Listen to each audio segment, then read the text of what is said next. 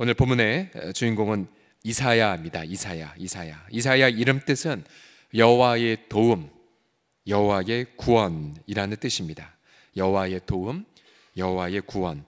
이사야는 우시야 왕부터 시작해서 요담, 아하스, 히스기야 그리고 므낫세 왕까지 사역했던 선지자이죠. 대략 기원전 739년경 혹은 740년경부터 대략 50여 년간 사역을 하신 분입니다. 약 50여 년간 사역을 하셨어요.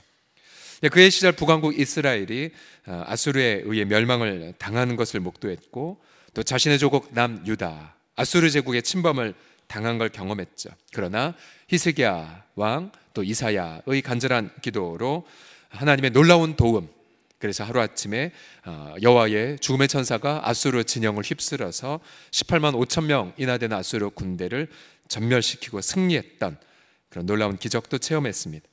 그러나 히브리서 11장에 보게 되면 우리 초대교회 때부터 이렇게 알려져 있는데요. 톱으로 켬을 당한 순교자가 나옵니다. 톱으로 켬을 당하는 것. 히브리서 11장 37절에 보시면 11장 37절에 보면 톱으로 켜는 것.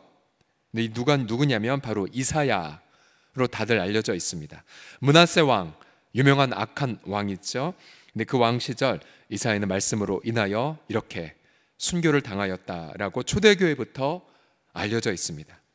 그러니까 무려 50년간 한결같이 부르심에 충성한 왕, 충성한 선지자, 요담부터 시작해서 무시장부터 시작해서 무려 5명의 왕이 바뀌었지만 한결같이 주의 말씀을 증거한 충성한 이사야, 66장의 이 성경을 기록했고 그리고 그 어느 성경보다 메시아에 대한 예언이 가득한 이 이사야서, 문학적으로 보아도 너무나도 웅장하고 아름다운 이사야서이죠. 우리 이사야서를 통하여서 한결같이 부르심에 충성한 이사야, 처음부터 끝까지 그 사명을 완수하는 데에 열정을 다한 선지자, 오늘은 본문을 통해서 끝까지 완수할 수 있는, 끝까지 승리하는 부르심의 그 인내를 야기하는 열정이 어디서 나오는지를 함께 보기를 원합니다. 오늘 부르심의 키워드는 열정입니다. 부르심의 열정. 우리가 본문을 통해서 보는 끝까지 승리하는 부르심의 열정은 어디서 나오냐면요, 다 함께 따라 하시겠습니다. 죄사함의 감격. 시작. 이사야는 온 세상에 가득한 하나님의 영광을 보았죠. 그 순간 이사야는 자신의 죄를 통회 자복합니다. 5절 다 같이 읽겠습니다. 시작. 그때에 내가 말하되 화로다 나여 망하게 되었도다. 나는 입술이 부정한 사람이요 나는 입술이 부정한 백성 중에 거주하면서 만군의 여호와이신 왕을 배웠음이로다 하였더라. 누구든지 하나님의 영광을 본 자들은 자신이 형벌받기에 합당한 자임을 깨닫죠. 이사야처럼 화로다 나여 망하게 되었도다 라고 그렇게 고백을 하죠. 자신이 얼마나 비참한 죄인인지를 알고요, 자신이 얼마나 무력한 자인지를 절감하죠. 그래서 남김없이 자신의 죄들을 토해내게 됩니다. 이사야가 고백한 죄의 악은 한마디로 입술이 더러운 죄이죠. 입술이 더러운 죄. 제가 성경에서 입술과 연관된 죄의 악들의 목록을 쭉 조사해 보니, 자, 한번 들어보십시오. 거짓말, 아첨, 두 마음, 헛된 자랑, 교만, 악을 토함, 저주, 성적 타락, 상처 줌, 비밀 누설, 잔해, 악독, 뱀 같은 입술 등등이었습니다. 인간의 모든 죄악이 다 입에서 시작해서 입으로 마무리됩니다. 이사야는 바로 자신의 인간됨의 본성, 자신과 바로 인간의 본성의 죄악을 깨닫고 통곡하고 있죠. 그때 하나님은 스랍을 보내죠. 이 스랍이라고 하는 것은 바로 거룩을 수호하는 천사인데요, 아주 신비하게 생겨있죠. 날개가 6이고 그렇게 하늘을 날아다니며 거룩하다라고 그렇게 찬양하는 천사인데요. 근데 하나님이 스랍을 보내어서 그때의 그 스랍 중에 하나가 6절에 보시면 부젓가락으로 제단에서 지은 바 핀 숯을 손에 가지고 자신에게로 날아옵니다. 그리고는 놀라운 음성을 듣죠. 7절 말씀을 다 같이 읽겠습니다. 시작. 그것을 내 입술에 대며 이르되 보라, 이것이 내 입에 닿았으니 네 악이 제하여 졌고 내 죄가 사하여 졌느니라 하더라. 방금 이사야가 자신의 죄의 악의 시작과 마무리인 입술의 죄악에 대해 통곡하고 있는데, 하나님은 천사를 통해 그 입술의 숯불, 제단의 불, 여러분 제단은 끊임없이 희생제물을 태우는 그런 제단이죠. 근데 그 제단에 숯을 입에 대면서 말하는 말 두 가지죠. 네 악이 제하여졌고 네 죄가 사하여졌느니라. 즉 죄악과 그리고 불의를 용서해 주셨노라고 말하고 있습니다. 여러분과 이틀 전 죄의 정의가 바로 표적을 빗나가다라고 말하죠. 표적을 빗나가다. 근데 이사야의 그 입술, 하나님의 영광을 위한 입술이 되어야 되는데, 즉 감사의 입술, 사랑의 입술, 믿음의 입술, 또한 선의 입술, 겸손의 입술 등이 되어야 하는데 그렇지 못했던 입술, 그 입술이 제단에 핀 숯으로 그렇게 찢어짐을 당하였죠. 그리고 악이 제하여졌고 죄가 사함을 경험받습니다. 여러분, 제단의 숯불은 바로 훗날 하나님의 진노의 형벌로 죽임당한 바로 어린 양 예수님의 십자가를 미리 의미한 거죠. 즉 이사야는 죄의 용서를 받았고 허물의 가리우심을 받았습니다. 여러분, 죄인이 마땅히 형벌받을 죄인이 그 죄가 영원토록 지옥불 속에서 고통해도 부족할 그 죄가 사함받았다라는 소식, 그리고 그 죄가 가리움을 받았다는 그 소식, 여러분 그것보다 더 강렬한 기쁨이 이 우주의 역사에 어디 있겠습니까? 이사야는 그 죄의 용서 속에서 우리가 첫날 부르심의 자각은 죄인됨, 부르심의 그 음성은 죄인됨의 자각에서 들려온다고 했죠. 이사야도 동일해요. 자신의 처벌받을 합당한 죄로 절규하고, 그러나 그 속에서 용서받는 그 순간 그 음성이 이사야에게 들려와요. 8절을 보시면 내가 또 주의 목소리를 들으니, 반드시 들려오죠. 죄인됨의 자각되는 현장 속에. 근데 주께서 이르시되 내가 누구를 보내며 누가 우리를 위하여 갈고 하니, 그때 내가 이르되 내가 여기 있나이다 나를 보내소서 하였더라. 이사야는 마치 기다렸다는 듯 열정적으로 하나님의 부르심 앞에 응답합니다. 마치 죄 용서받은 그 감격 속에 하나님의 한탄이 이제 들려왔고요. 누가 우리를 위해 가지? 그때 이사야는 가장 먼저 손을 들고는 저요, 저 보내주세요. 저요, 제가 여기 있어요 라고 기쁨으로 응답합니다. 여러분, 이처럼 부르심에 응답하는 것, 그리고 부르심을 이루어가는 그 열정, 그 배후에는 바로 죄 용서받은 자의 감격이 있다는 것을 기억하십시오. 예수님은 누가복음 7장 47절에서 내가 내게 말하노니 그녀의 많은 죄가 사하여졌도다. 이는 그의 사랑함이 많음이라. 사함을 받은 일이 적은 자는 적게 사랑하고 그러나 많은 죄가 용서받은 것을 깨달은 자들은 더 많이 사랑한다라고 말하고 있습니다. 즉 여러분 보세요. 우리 가운데에 정말 열정적으로 주님을 섬기는 분들, 그런 분들의 공통점이 무엇이냐면 자신이 얼마나 형벌받기에 합당한 죄인인 것 자각한 것과 더 나아가 자신이 얼마나 죄 용서받은 감격이 큰지, 그 감격 때문에 그렇게 열정적으로 섬기는 것입니다. 얼마 전 최근에 자신의 그러한 섬기는 교회의 사역을 마무리한 어느 한 목사님의 고별 설교를 우연히 들은 적이 있었는데요. 그 목사님이 자신의 사역을 이렇게 돌아보면서 그렇게 이것을 가장 먼저 고백을 하시더라고요. 자기는 여러 모든 성도들 가운데에 가장 큰 죄인입니다. 가장 큰 죄인. 굉장히 훌륭한 목사님이신데, 그리고 굉장히 말씀과 또 탁월함이 있는 분이신데, 근데 사역을 마무리하면서 하는 말, 저는 가장 큰 죄인입니다. 여러분 중에서 가장 큰 죄인입니다라고 고백을 하시는 거였습니다. 그러면 그 설교 중에 자신은 자주 이 고백을 여러분들에게 들려드렸죠. 저는 가장 큰 죄인입니다라는 그런 고백을 하시더라고요. 그러니까 그런 어떤 가장 큰 죄인인데도 그 모든 죄가 가장 많이 형벌이 용서받았다는 그 감격, 바로 그 감격이 부르심에 응답하는 열정이고 또 부르심을 완수하는 열정인 것입니다. 우리 사랑하는 성도들이요, 여러분 그 감격은 우리가 누가 뭐라고 하지 않아도 죄 용서함 받은 것에서 시작이 된다는 것. 그러면서 우리 날마다 주의 음성을 듣죠. 누가 우리를 위해 갈까? 누가 저들에게 갈까? 하나님, 저 여기 있어요. 하나님, 저 여기 있어요. 그래서 여러분, 저와 여러분 날마다 확인해야 될 것, 구원받은 감격. 그 구원받은 감격 속에 열정적으로 주님의 부르심에 응답하고 열정적으로 부르심을 완수하는 우리 모두가 되시기를 예수님의 이름으로 축복합니다. 같이 자신을 향해 이렇게 다짐하겠습니다. 제가 가장 큰 죄인입니다 라고요. 시작. 제가 가장 큰 죄인입니다. 또 그렇게 고백합시다. 제가 가장 많이 용서받았습니다. 시작. 제가 가장 많이 용서받았습니다. 두 번째로 이사야의 부르심의 열정을 보게 되면 열방에 가득한 하나님의 영광을 목도했기 때문입니다. 열방에 가득한 주님의 그 영광을. 이사야가 자신의 죄를 깨달았던 건 바로 높이 들린 하나님의 보좌를 보았기 때문이죠.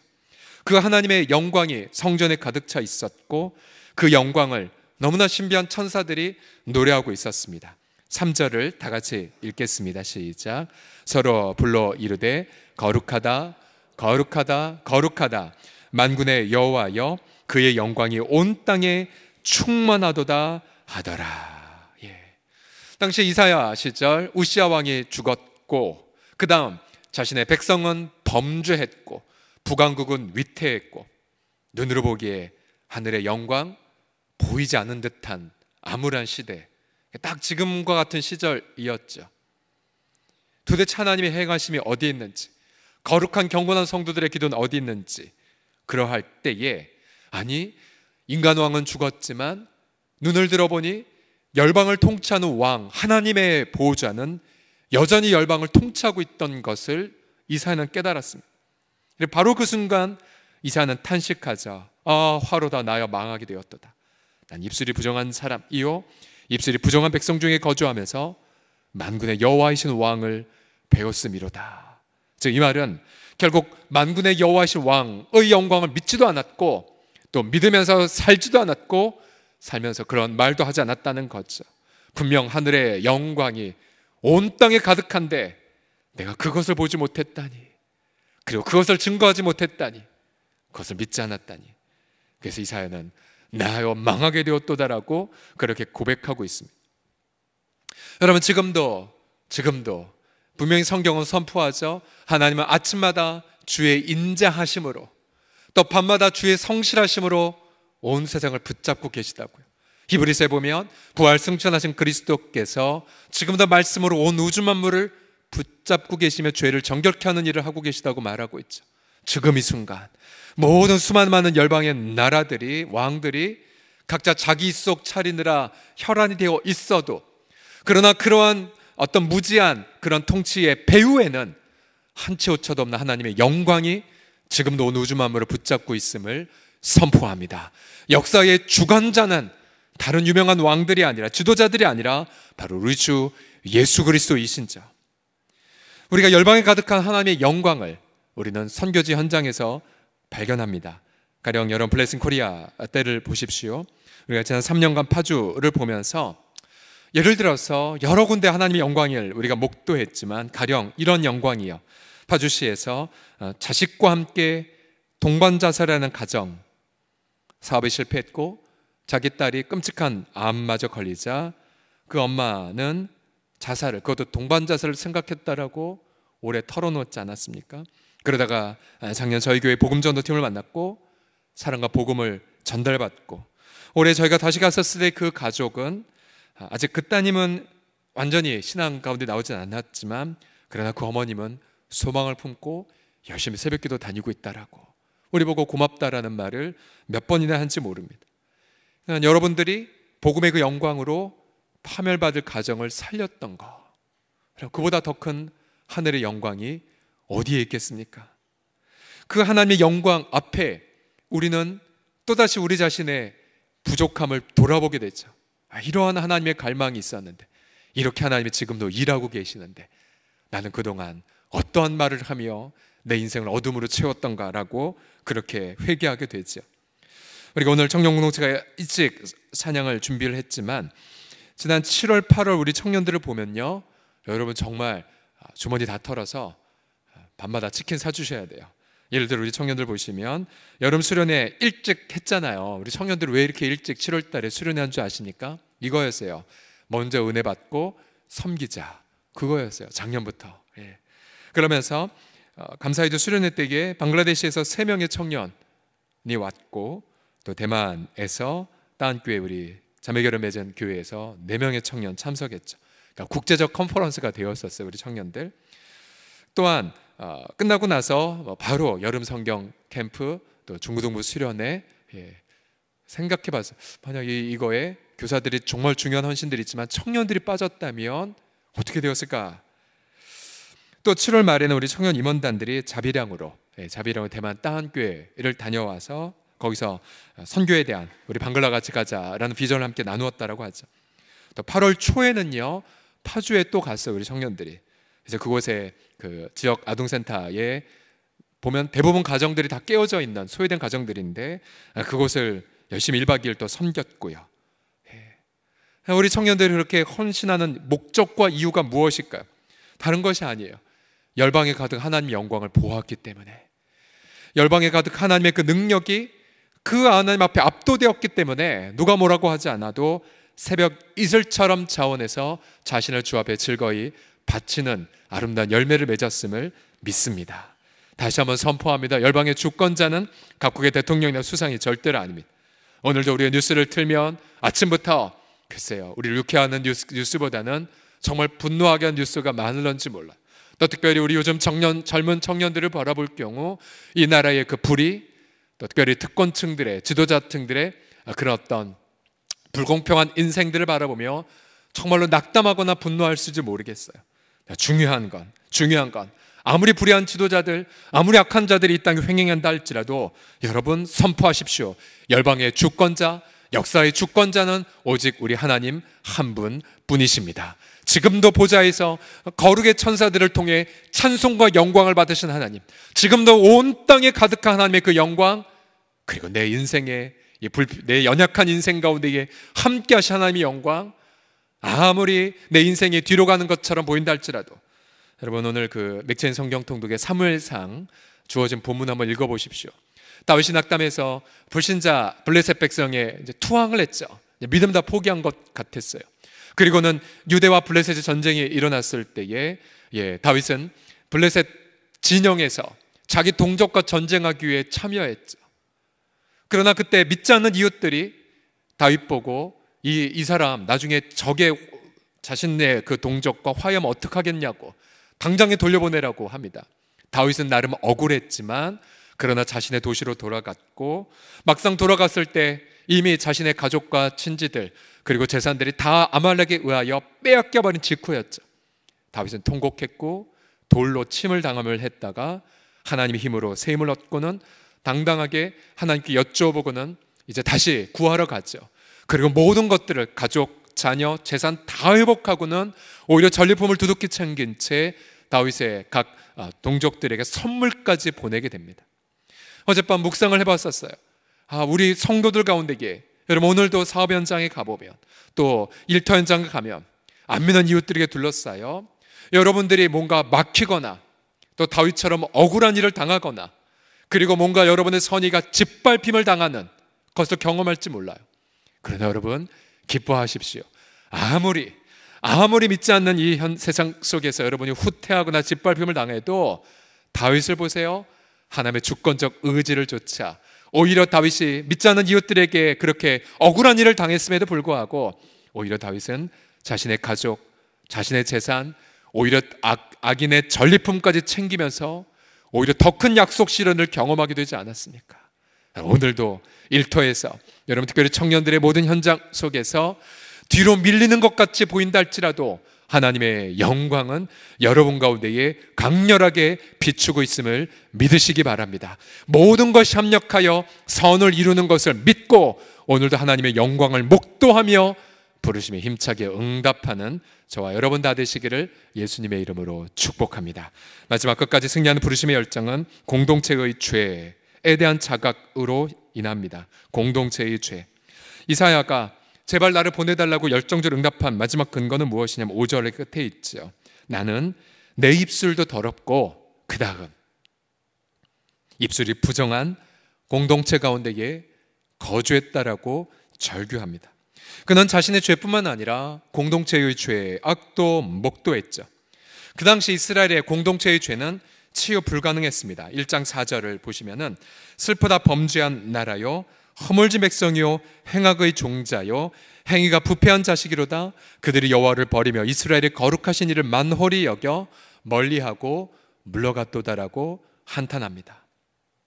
이사야는 죄 아래 놓여 있는 백성을 위해서 부르심에 순종했죠. 물론 그 백성들은 강팍했고, 그리고 하나님 미리 경고하셨어요. 이사야, 내가 너를 보내는데 네가 말해도 그들은 오히려 듣지 않을 거야. 그들은 보아도 말씀을 들을수록 보지 못할 거야. 아니, 네가 50년간 사역을 한다 한들 백성들은 오히려 강팍해질 것이고 그리고 돌아오지 않을 거야. 아니, 난 저들이 돌아오길 원치 않아 라고 심판을 선포하라고 말씀하셨어요. 이사야가 당황하죠. 하나님, 저 선지자잖아요. 나로 인해 적어도 회개의 역사 일어나야 되는 거 아닙니까? 그러나 하나님은 아니, 그 땅에 10분의 1이 남을 거야. 그러나 10분의 1마저 다 불타버릴 거야 라고 말합니다. 어제도 예레미야 하나님 부르셨지만 예레미야 사역의 귀결은 예루살렘의 함락이라고 말했죠. 이사야 사역의 귀결도 처음부터 하나님 말씀하셨어요. 너로 인해 백성들은 더 강팍해질 거야. 하나님의 심판의 대언자로 이사야를 부르셨죠. 여러분, 만약 우리가 부르셨는데 그 부르심의 현장 속에 아무런 성과가 없다면 여러분 어떻게 하시겠습니까? 내가 정말로 주님 앞에 아빠로, 엄마로, 또 할아버지로 그 부르심을 이루기 위해, 또 일터에 그 정말 크리스찬으로서, 평신도 선교사로서 힘차게 헌신했지만 그 결과가 불태워짐이고 그리고 실패라며 어떻게 하시겠습니까? 그럼에도 불구하고 이사야는 그 공동체의 죄악을 위해 자신의 인생을 헌신했습니다. 우리가 6장 마지막 절에 보게 되면 하나님의 심판만 얘기하신 것이 아니라 소망 하나를 아주 작은 겨자씨만처럼 보여주세요. 6장 13절 마지막 절, 마지막에 함께 읽겠습니다. 시작. 거룩한 씨가 이 땅에 그루터기니라 하시더라. 밑에 각주를 보시면 거룩한 후손이 너희 땅에 그루터기가 될 거야라고 말해요. 그루터기. 여러분, 그루터기가 뭔지 아시죠? 밑둥이가 다 잘려졌고 그 나무 자체는 가지도 없고 이파리 하나도 없어요. 열매 하나도 남지 않았어요. 이게 살 수 있을까? 인간적으로는 불가능해 보여요. 그러나 하나님 말씀하세요. 불가능하지. 그러나 말이야, 너희 50년의 사역 이후에 거룩의 후손이 소망으로 남을 거야. 거룩의 소망이. 결국 이사야, 그의 당대에 그는 성공하지 못했죠. 그러나 그의 당대에 그가 뿌린 씨앗으로 인하여서 그의 다음 세대가 거룩한 소망으로 남을 것을 바라보며 그는 순교를 했을 것입니다. 그래서 이사야서는 그 누구보다도 거룩한 후손, 거룩한 자손, 바로 예수 그리스도에 대한 예언이 가득하지요. 우리가 이사야서 훗날 45장 이후부터 보시게 되면은 여호와의 종이, 여호와의 거룩한 자손, 바로 그리스도가 오셔서 채찍 맞으시고 그리고 못 박히시는 것이 가득하게 기록됩니다. 그러면서 고난받은 그 종이 자신의 고난으로 인하여서 바로 자손들이 거룩하게 됨을 미리 바라보게 될 것이라는 예언이 가득히 기록되어 있죠. 그래서 60장을 넘어가면 이사야가 힘차게 그 광경을 보며 찬양하면서 하늘이여 노래하라, 땅이여 기뻐하라. 그리고 더 나아가 이사야 65장까지 가게 되면 보라, 하나님이 새 하늘과 새 땅을 창조하시리니 하나님의 그 창조로 인하여 영원히 기뻐할 것이고 하나님이 예루살렘으로 인하여 영원히 즐거워할 것이다 라고 노래합니다. 저와 여러분 모두는 결국 오늘도 이 공동체의 죄악이 가득하고 민족의, 저 정치의, 경제의, 또 주변의 열방에 소망할 것 하나도 보이지 않는다 할지라도 우리의 시선은 저 거룩한 소망, 거룩한 자손, 마치 밑둥이 다 잘려진 그루터기에 불과함에도 불구하고 저 미래에 하나님 행하실 그 일들을 기대하며 오늘도 우리는 공동체를 위하여 기도하고 그리고 이 땅을 향한 파수꾼으로 오늘 하루를 주 앞에 성별하여 드릴 것입니다. 여러분, 우리가 죄악에 보게 되면 어떤 자들은 자신의 죄에만 주목하고 공동체 죄를 바라보지 않는 분들이 있어요. 이런 분들은 한없는 침체에만 빠지겠죠. 그러나 반대로 공동체의 죄만 바라보고 자신의 죄를 보지 않는 분들이 있어요. 이 양자 모두 부르심을 이루어갈 수 없습니다. 그러나 이사야처럼 화로다 나여 망하게 되었도다. 내 죄 문제, 또 이 공동체의 죄 문제 함께 바라본 자들은 50년이고 60년이고 100년이고 끝까지 힘차게 부르심의 과제를 수행해 나아갈 수가 있습니다.